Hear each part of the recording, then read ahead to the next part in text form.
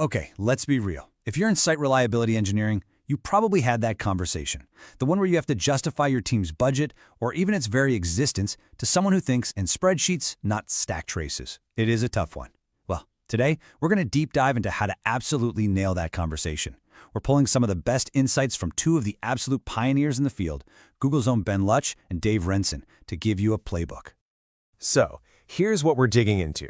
First, we'll talk about the too reliable trap. Yeah, you heard that right. Then we'll get into the nuts and bolts of talking to the business, how to frame or sell SRE, and then the really tricky part, how to keep proving your worth. Finally, we'll cover the warning signs that your team might be heading for trouble. All right, let's start with an idea that feels kind of backward at first. The problem of being too good at your job. It turns out that having too much success with reliability can set you up for a pretty big fall. So, I gotta ask, can a system actually be too reliable? It sounds completely insane, right? We're SREs. Reliability is our whole thing. But aiming for that perfect 100% can paradoxically make your entire ecosystem way more fragile. The classic example of this is Google's Chubby lock system. I mean, this thing was a rock. It was so solid that engineers just started assuming it would never fail. They built services that would shatter if Chubby ever had a bad day. So what did the SRE team do? They started planning failures. They made sure Chubby met its goal but didn't wildly exceed it, forcing everyone else to build more robust systems. Wild, right? Okay, so how on earth do you walk into a business leader's office and explain that your plan includes, controlled outages?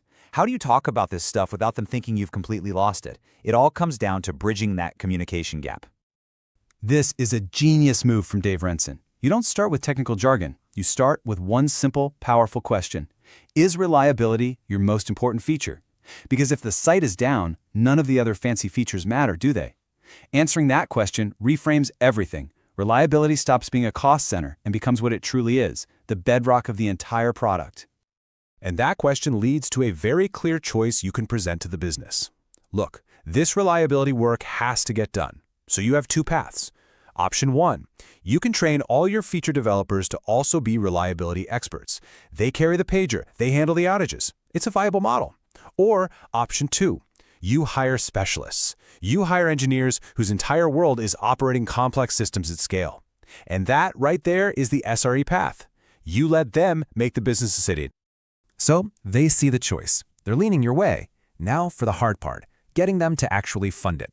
Let's get into the specifics of how you frame this to get real buy-in. Now here's some brilliant, counterintuitive advice from Ben Lutch. He says, whatever you do, don't sell SRE like it's a magic wand. Be brutally honest. Say, look, bringing on an SRE team is going to cause some healthy friction. It's going to be some work. You're not selling a product, you're proposing a partnership. They have to want it for themselves. Dave Rensin lays out a fantastic three-step approach here. First, frame it as their choice. Show them what happens with zero funding, medium funding, and full funding. Let them choose their own adventure. Second, speak their language. Don't talk about SLOs, talk about user acquisition, revenue, and customer churn. And third, be the yes-if team. When they have a wild new idea, don't be the team that says no. Be the team that says, yes, we can do that if we invest in the right infrastructure to make it reliable. And please, for the love of all that is stable, here's what not to do. Never, ever promise 100% uptime. Don't use fuzzy arguments like, we're insurance. And definitely don't use fear to get what you want. That stuff just sets you up for failure and makes everyone miserable down the road. This is maybe the best translation of a technical concept I've ever heard. You want to explain an error budget to an executive? Forget nines. Frame it like this. Our error budget is the number of minutes per month you, the executive, are willing to spend on the phone with an angry customer because the product is down. Now that is a metric that hits home. Suddenly, everyone gets it. Great. So you've done it, you've got the team, you've got the funding.